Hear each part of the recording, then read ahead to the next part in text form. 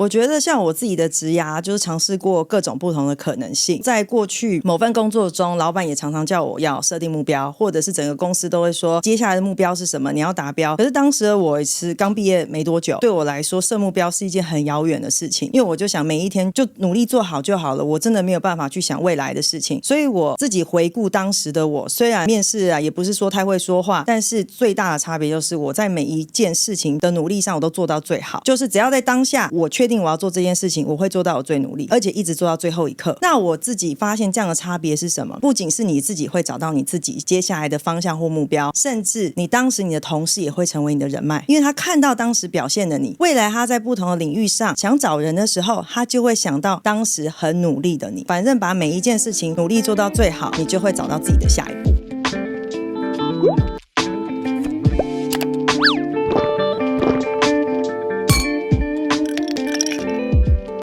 本节目由 ZOS 赞助播出 ，ZOS 软胖护不分长短1499。大家好，我是 Elaine， 最短命的网红 AKA 全民老干妈。谢谢大家的喜欢，我要开新频道了，请大家多订阅哦。人生不如意十之八九，如果有事来喝杯酒。今天喝什么呢？今天喝邦尼维尔推出的福尔摩沙大人饮品，那我们就干杯！人生啊！ Cheers！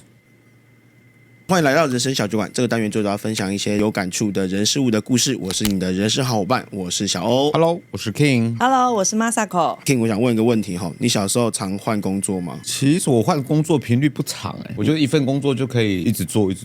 做到有一天可能就是觉得可以再往下一个阶段去，我就会离职，再往下一个阶段去。我以前换工作换得很频繁啦，最短记录是有一天我去那个牛排店端那个盘子，就被那个盘子给烫到，隔天我就辞职了。为什么会讲这个？是因为我们来宾他也是过去一直不断的换工作，最后换到了一个知名科技外商公司的一个 recruiter 角色，请他来分享一下说，他这样子不断的换工作，最后怎么办到这件事情那 Masako 可以帮我们介绍一下过去干过的一些有趣的事情吗？你真的一说我就想到我之前快忘记的事情，我最短也是1天。我第二短是7天，那是我大学第一份打工，从来没打工过，看别人打工好向往，觉得哇在餐厅很酷，我就挑了一间小时候觉得蛮贵的餐厅，结果我就做了7天我就离职了，因为里面的人都在欺负新人。然后那时候呢，我就觉得说他们真的做一些很过分的事情。那个时候那家餐厅是不错的，所以每一个客人都是这样拿着刀叉，很优雅的，连大蒜面包都要切的那种程度。OK， 然后呢，他们看哪个客人不顺眼，他们把那个面包塞在厨师的鞋子里面，再拿出来。他们第一个欺负新人嘛，然后第二个又欺负客人。有一次碍于同侪压力，只好跟他们出去外食过一次。他们对于那服务生是毕恭毕敬，我从来没看过他们那么尊敬过别人。点餐的时候都快要弯腰那种程度，就很尊敬他们。那个是我第一次，也是7天就没做了。那时候我就觉得说完全不适合。第二个1天呢，是我以前是大学的时候学日文，然后呢那时候找工作就找到一个什么行政 whatever， 我已经忘记什么职位了，我就去。结果那一次真的是 culture shock。他们做了什么事呢？那天就是有个日本人要离职了，然后我就去交接。他那天带我做的事情就是帮大家泡茶，泡茶也就算了，还要帮每一个人洗杯子。然后我就问了他一句话，大家不能自己洗吗？他就说没有啊，他们就把杯子放在桌上，我帮他们洗就好。一路以来就是这么夸张的事情。压倒我最后一根稻草就是下班之前他叫我做垃圾分类，他让所有的人把各种垃圾丢到一个垃圾桶，他自己用夹子分类。他还说因为你今天很累了，我自己分类就好。我就心想没有第二天了，明天请你继续分类。他还教我站在电梯面前90度鞠躬，或者是他带我去会议室看一些人的时候，那些用这样鼻孔看我，我真的不夸张，整个工作文化氛围实在太不适合了。这是我唯一工作1天的工作。是什么样的原因让你继续想要待到一份工作上面？你讲到很重要的点就是你喜不喜欢这份工作，或者是这份工作有没有带给你快乐。我后来呢，因为我的那时候唯一的专长就是日文，所以那时候我都是以日文为导向去找工作，找自己可以做的事情一开始只能这样。我后来就找到一份贸易公司，那我觉得在里面不但是跟同事相处很和谐，工作上其实你会觉得自己在成长在进步，跟客户的相处也很好，然后又受到老板肯定。其实几个点加起来会让你觉得说可以在这家公司待久一点。大家都会觉得上班很烦，可是它会让你没有那么烦，你有成长就觉得还 OK。 成长很难被量化，那种感受是怎么形容？可以说是进步嘛。我自己觉得我真的是很勇敢。我虽然是大学是学日文学了3年，后来很幸运考到1级，但是我说实在话，我并不是什么日文系出身的，我也没受到任何正式训练。我进去的时候，我怎么学习的？其实这是很大的挑战一开始客人写的信我看不懂，我就带着我的翻译机去。无敌 CD 吗？我要讲出年代感。翻译机，完了，现在小朋友以为那是什么游戏电脑 ，OK。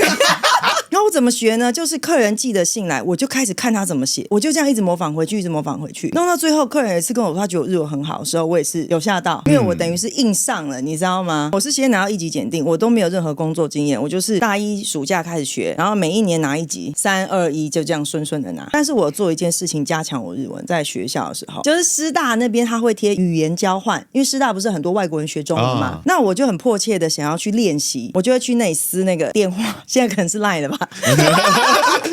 OK， 然后我就留电话，我就会打给那些有兴趣的人，我们就会出来语言交换。我会请老师介绍一些他日本学生，然后我们出来交换。我自己也会去日本发廊，我就跟日本人做了朋友，我还跟他们一起出去 party，我就一直创造我想要的这个环境，然后对，当然你不可能补3年4年你就可以去工作嘛，中间就是一直让我有这样子的口说的机会，然后最后才去上班。但是上班之后，那个他们的日文毕竟是很正式的，因为日本人跟韩国人很像他们东西都是有分敬语跟不是敬语嘛，那我不熟悉，所以我要带翻译机去。后来呢，我就觉得，我发现在贸易公司这个钱永远都上不去。我如果再怎么省吃俭用，住家里已经省一半了，对不对？只要规划一趟旅游，全1年的存款就没有了，那也没办法存钱。然后那个时候呢，遇到了一个契机，我真的心里就想这件事情，我一定要换一个可以赚很多钱的工作。但是我同时心里是有一个恐惧的，我知道钱很多的工作可能是业务，但业务就等于压力，就是听说的、想象的嘛。所以那个时候我就有想到这件事情，但就也没有去行动。那有一次呢，我就参加了一个 party， 在一个别墅里面，然后很多人，然后那时候其中一个房间是一个麻将桌，我在那边打麻将，打一打，就真的就打一打，然后跟那个坐我对面聊天，聊一聊之后说，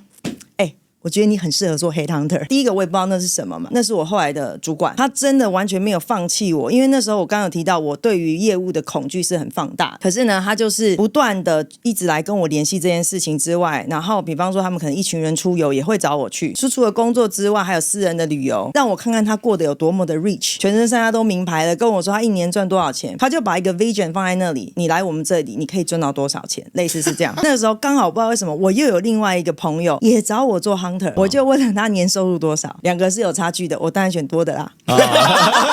做一样工作正常，对，我要问清楚嘛。然后那个时候我就破关斩将，因为他们面试真的很多很多关，中间其实还一度想把我刷掉，叫我做不是我想要的那个职位就对了。然后那时候我也是想放弃，可是我的主管呢，他就不想放弃我，他又帮我争取说他一定要让我做那个职位，这样子，要不然我就不来了。做下去的时候，你就发现一件事情，就跟我学日文一样，当你看着目标走，恐惧就减少；当你看着恐惧走，你永远就在害怕。当我进去之后呢，我就只看到老板给我的目标，哇，那压力其实是很大的，但是我就一直努力的找方法，怎么样可以在最短时间内创造最大的业绩。所以我后来呢，在公司的 performance 也还不错，不是说业绩最高，可是就是稳定度各方面都是蛮好的。那时候如果用职涯这个观点来看，我觉得 Headhunter 是一个很好的历练，因为你会接触很多不同的产业、不同的公司、不同的职位，所以你看的东西广度是很广的。可是你就一个工作来看，叫 recruitment 或者是 HR 好了，它的深度是很浅的嘛，因为你就是找到人送出去结束，可是这一块都对我来说都还是比较广的，它并不是一个function做到很深。然后那时候我其实有点疲乏了，我那时候就又做了一个决定，就是去念语言学校，但也觉得说自己英文不是很足够，因为那时候我从全日文环境转到全英文环境，我又买了一本英文商务的书，我真的每天放在抽屉里面，需要的时候我又拿出来看。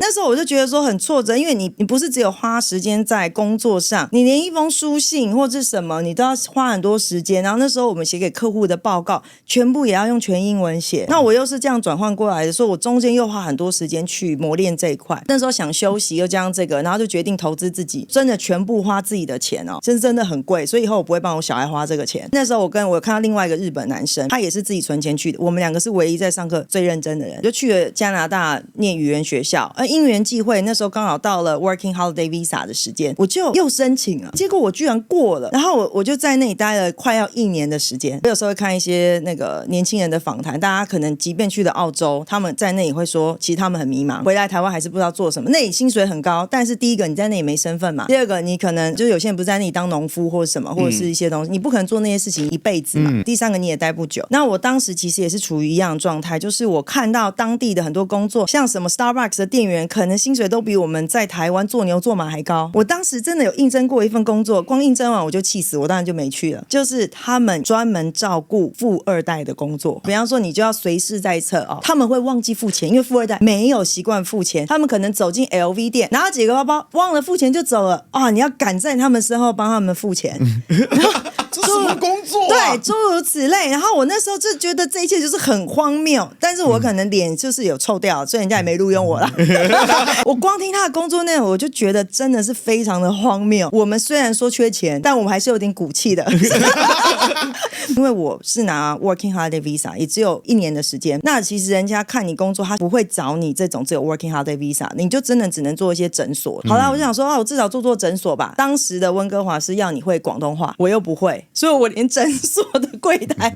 都没办法去做不了。可是那时候我就开始反思，我以前的工作我其实是很有成就感的，可是我不知道为什么，我就觉得我的人生我没有办法在那里消耗。即便我回台湾，我赚的钱比较少，可是那是我想做的事情，我在里面才能找到成就感，我人生才会进步，我才会快乐嘛。所以我后来有点提早回台湾了，因为我其实也有点受不了。那我回台湾之后呢，因为我是真的很不想再做业务性质的工作了，所以当时我就拼了命找 recruiter 的工作。但是就很幸运，就是之前的前同事帮我介绍到也是知名的外商做 recruiter。那时候因为我完全没有经验，人家只让我用 contractor 加入，但是我也算是有累积快1年的经验。然后时间到了，我又被之前的同事找我去了另外一家猎头。那家猎头为什么我愿意去？因为他并不是业务性质的，他做的是更高阶的。我所谓更高阶是说，他们主要找的职位可能是比方说亚太区的头，或者是一个公司的总经理。我进去之后呢，那份工作算是我那时候待真的比较久的，工作环境真的很快乐。其实你说做猎头我是很快乐的，因为每天可以跟人互动，了解很多不同的资讯，听听他们的故事，真的就是把我原本喜欢的那一块事情做好。然后过了4年之后呢，又有其他的真的是业界 recruiter 机会进来了，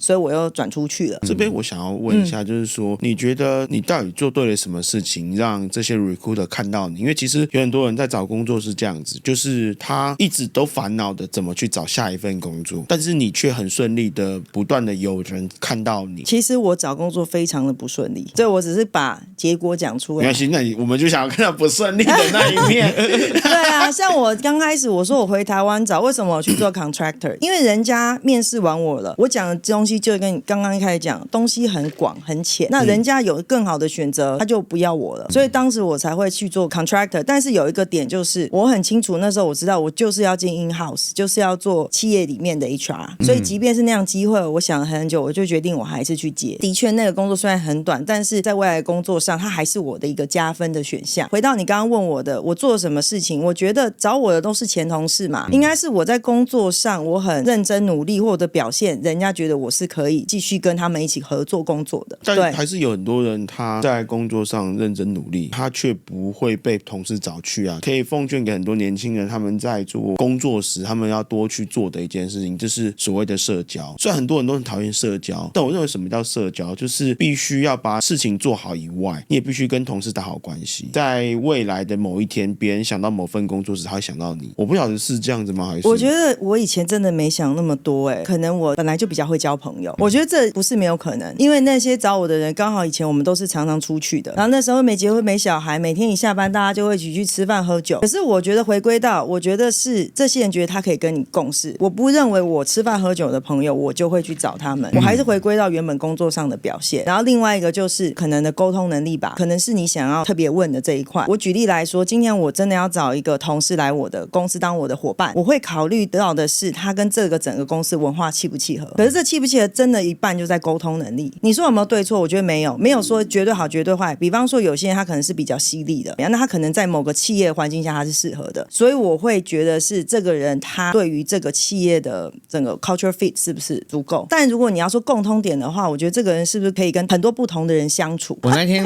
有跟一个人在稍微小聊一下，他有讲到一个蛮重要的一个重点，就是做任何工作只有一个是要先考虑的，叫做人际关系。技能或者是工作的内容，其实都可以透过学习的方式跟熟练度的方式去增加他的技能这件事情。可是有一个东西其实是很难学习来的，其实是人际关系。通常职场比较不容易顺利的最大的问题其实是出在人际关系，不是他的能力不好。这样子的话其实就有点像你刚刚讲的，其实最主要其实就是沟通的问题。我觉得还有另外一个点，真的就是 chemistry。之前我遇到一个人形容，就像你结婚，你说这么多女生或这么多男生，有时候就是这个人跟你特别合得来，反正就是你刚刚讲的可能是人际关系。可是人际关系真的分很多种，我觉得简单来讲啦，工作跟私底下相处不一样，有点不合，大家出去吃吃饭又有什么关系？可是工作上你是跟这个人相处很顺的。然后还有另外一点，我觉得你刚刚有提到，就是工作的态度，还有就是工作的能力。所谓的能力就是你怎么样可以去学新的东西。今天假设我看到这个人，他遇到困难的时候，他会找解决方法，他会找新的方式的时候，这个人是我会想共事的而不是说他只是把现在的这个事情做好。因为每个工作都会遇到不同的挑战。那如果你遇到了一个人，他是遇到问题就傻在那里或什么都不做就放弃了，或者是他就想各种不同的方式让他这件事情成功，就算失败也没关系，就是他有去想不同的方式解决的人，这是我会想要一起共事的这个其实很有趣。其实站在一个老板的角度啊，直白说好了，做好事是应该的，因为我已经花了这一份钱给你了。其实老板更期待的其实是看你来解决问题。我还记得之前有一个助理，然后他那时候跟我讲说，他觉得我工作很认真，为什么我还没升设计师？我跟他讲，升设计师第一个不是公司的责任来了，然后有关于你好好服务客人跟每天工作很认真，我其实蛮直白跟他说，我觉得你本来就应该要这样做啊，我有付薪水给你啊，你好好认真工作跟升设计师根本就不是同一件事情嘛。那我就说，那你除了好好工作之外，你下班有在练习吗？没有。原本的工作之外，你有多花时间去练假人头或者是找 model 做，利用自己休假时间做这些事情？没有。所以难怪你到现在还升不了设计师。蛮多人在没有一个好的观念之下，其实也不是只有在这个行业，其实我蛮多朋友在别的行业常常会听到他们抱怨，他觉得我在我的工作岗位上表现得很好，我都很尽责，可是为什么最后通常升职加薪的时候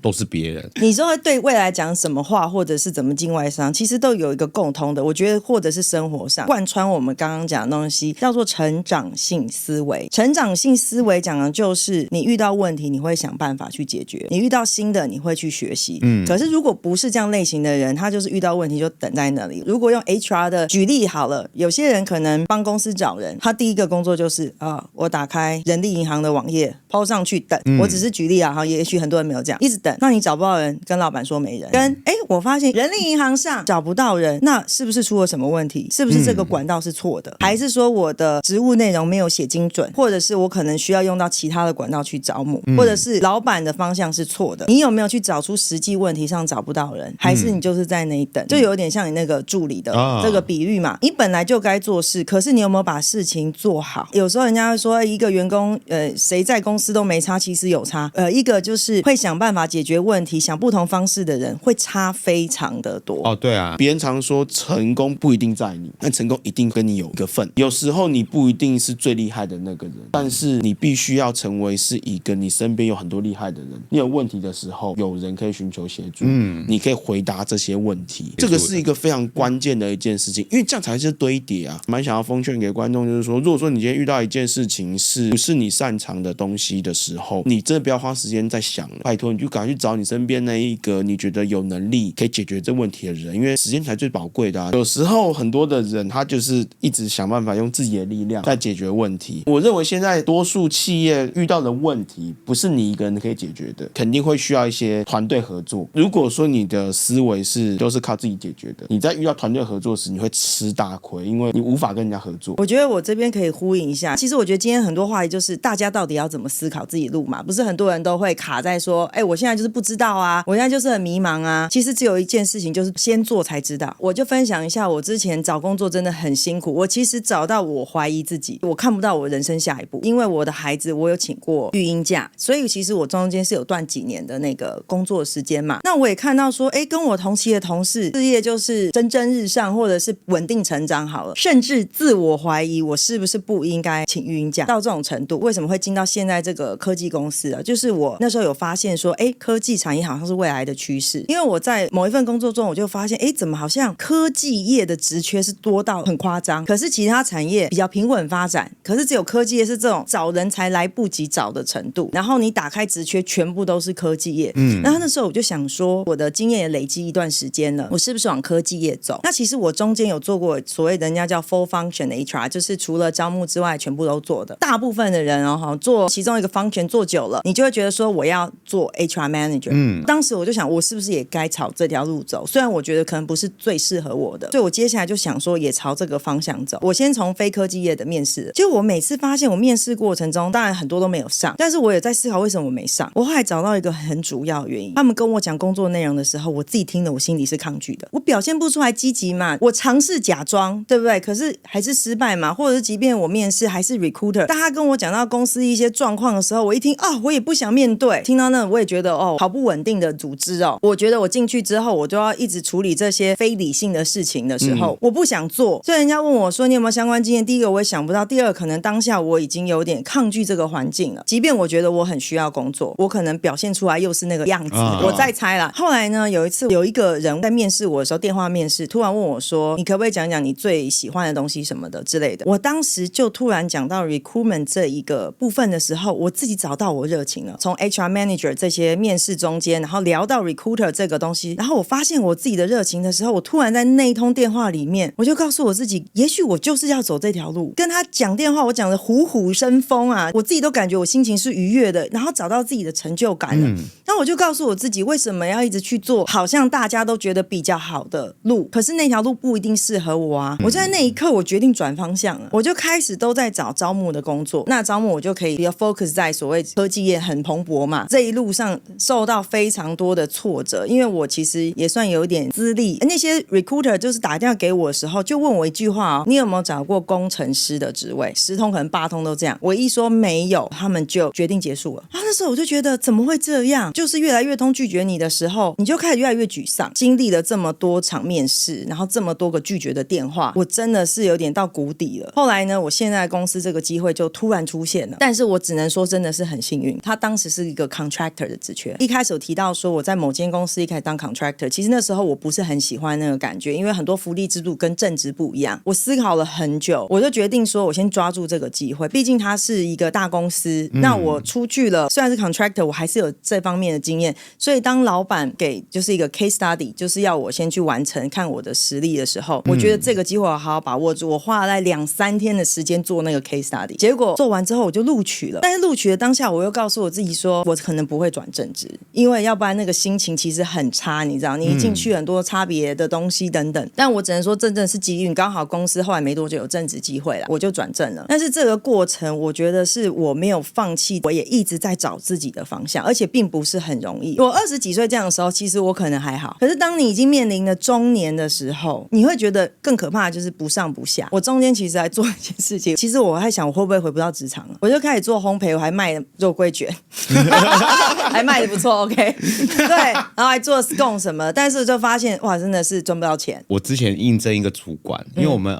前几年刚好有一个主管缺，想说来带北部这一些店家。我朋友那时候就说那你想找哪一种人？我说没有设限，可是我希望他本来就不是做发廊的。他说他有一个人选，他说他很久没有在职场工作过了，他年纪有点大。然后我就说那他之前做什么？他说医疗相关采购的主管。然后后来因为生了小孩呢，觉得小孩教育很重要，然后他就把工作辞掉，然后去考保姆证照，然后就专心带小孩。那现在小孩都上大学，那你就看他多久没进职场了。那他那天就来面试，面试完之后呢，很快就敲好了。那我就跟他讲 OK 啊，那就下个月就可以来上班了这样子。他吓到要走之前他就问我，他说如果我们今天有这样职缺，应该我也面试的蛮多人，还是有蛮多人推荐，那为什么会想用他？我就跟他讲说其实我只看一个点而已，就是你可以为了带小孩这件事情把工作辞掉去考保姆证照。我说光这一点我就已经决定大概可以用你了。这就是你真的想做好一件事情的时候，你愿意牺牲什么换得你要的这样子的技能。我觉得应该要更聚焦在快乐这件事情。我觉得快乐是可以自己创造出来的。为什么工作起来会不快乐？我觉得大部分是因为你不具备技能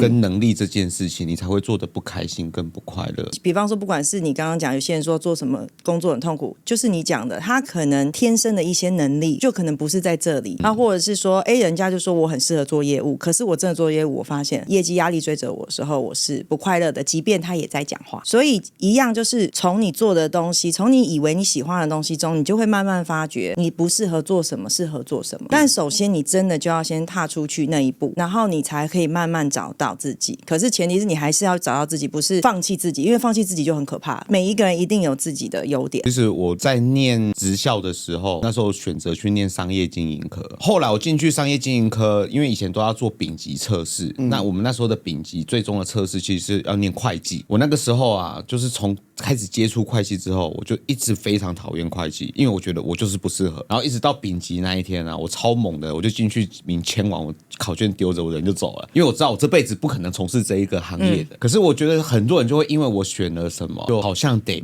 闷着头硬把这件事情做到会干到好。可是他在这个当中，其实非常不快乐的。所以其实我有时候觉得，你真的遇到不是很喜欢的东西，甚至你可能觉得你就是不可能靠这个东西继续往下过的时候，其实我觉得勇敢 say no 也不是不行的。真的不要害怕改变，因为我周遭有一些朋友，他们可能没有离开现在的工作，即便环境很恶劣，他还是不敢改变。然后我听到那些状况是已经恶劣到超越一般的恶劣的时候，他还是不愿意改变。然后我给他的建议是，你就先投，你先出去谈，你一直去想，他就在那里，你至少谈了，你当练习，当表达自己，不喜欢就算，你还是待在原本的公司，因为他们会一直想象是，即便现在很恶劣，可是他熟悉这个恶劣，他很担心一出去不适应。我常常就形容这好像就是你在家里，然后你的家人对你不好，可是你却去习惯这一切，而不愿意去走出来。我觉得走出来挑战自己是一件很重要的事情。如果你觉得直接换一个工作是很大的挑战，你就先从面试开始。你面试的过程中，你就会接触到不同的主管、不同的类型，顺便训练你自己的面试技巧。当你遇到真的喜欢的时候，你已经磨练出来了。因为我之前有一阵子没找工作，大家都觉得我是 HR 一定超会面试，结果准备自己的时候准备的很糟糕。你要回想自己、整理自己，其实并不是一件很容易的事情。所以那时候有几个工作机会问我说，你最大的挑战是什么？你过去是什么？这么基本的问题，我回答真的很糟糕。还好我有去做这个面试，因为我后来就把这些问题我全部重新整理了。像我那时候到现在这份工作的时候，哇，我真的是准备好了。人家面试我的时候，我就全部答出来。我在讲一个励志的东西，像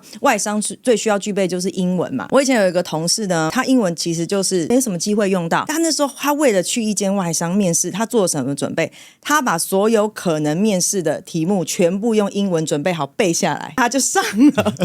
然后我后来也如法炮制他那一套。有一次我就面试，人家说啊，那家公司是全英文。虽然我们在外商公司工作，可是你要全部都很流利的表达，你还是需要准备嘛。即便你中文都要准备。我那个时候真的就如法炮制，我就把可能问的问题我背下来了，我就写好，硬背背好。然后那天去面试的时候，我不知道那总经理怎么啦，一开始可能我真的准备太好太标准，他突然改中文，我就用英文回答，因为我转不过来了，我已经背好了。那怎么办？他就说你英文真的很好，他就觉得他问我中文我还会英文。然后我后来当然就有下一步了嘛。所以就是说你看好你的目标，你就自己去准备，不要害怕失败了再重来。我也是这样一直失败。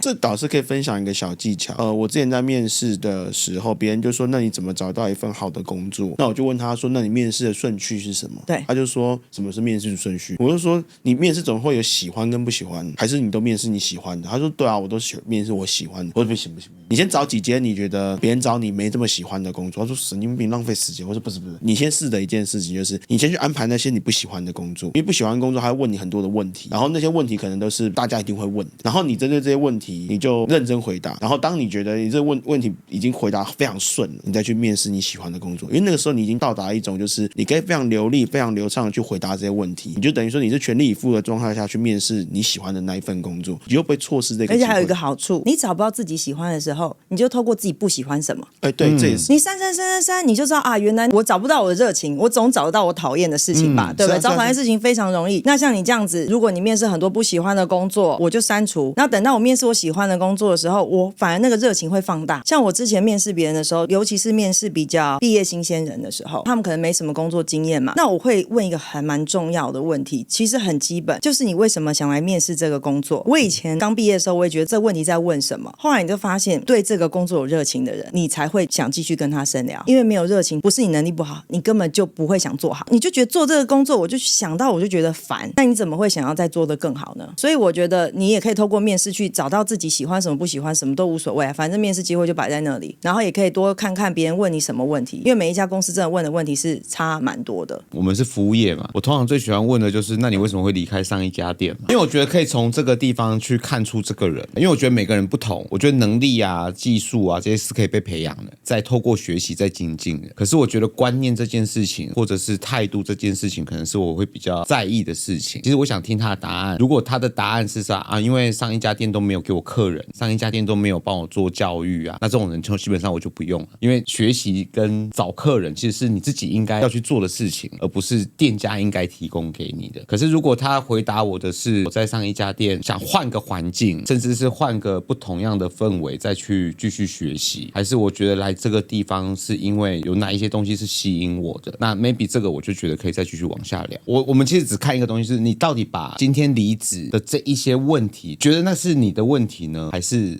对方的问题？那如果你通常的回答都是对方的问题的时候，这种人通常我就不太用了。我觉得离职原因当然会问啦，一样，可是其实我要问的核心都一样。我后来我会问几个问题哦，就是看状况，主要会问说你可不可以跟我分享你觉得你在这几份工作中最喜欢做的事情是什么？你最喜欢做什么？其实我才会带到你不喜欢什么。我其实自己被面试的时候，我也不知道老板要听什么。你问我不喜欢什么，我这句话我说实在话我回答不上来，我可能一回答完我就没工作了，你要我怎么回答？所以我会喜欢问人家说你的热情来自于哪里？我举例，假设这个人他的热情来自于说话，可是我这个工作是文书啊，其实这不是我要不要用你来这里你也会不快乐，所以我会觉得找出热情很重要。那离职的原因的话一定也会问，可是我会问的比较想知道是因为环境还是因为主管还是因为工作内容，因为我觉得每一个都带到才知道综合的原因。很多人他其实一开始他会有点紧张，到底想听什么答案，其实就想听真正的答案。为什么？因为所谓真正答案就是你才知道你自己来这家公司适不适合啊。总之回归就是我会找出你的热情在哪里。还有一个其实很重要，就是我们刚刚一直讲的成长性思维，我会在问题中问问他有没有这样的东西，比方说有没有什么样的挑战你接受过，或者是有没有什么你不会的东西你从零到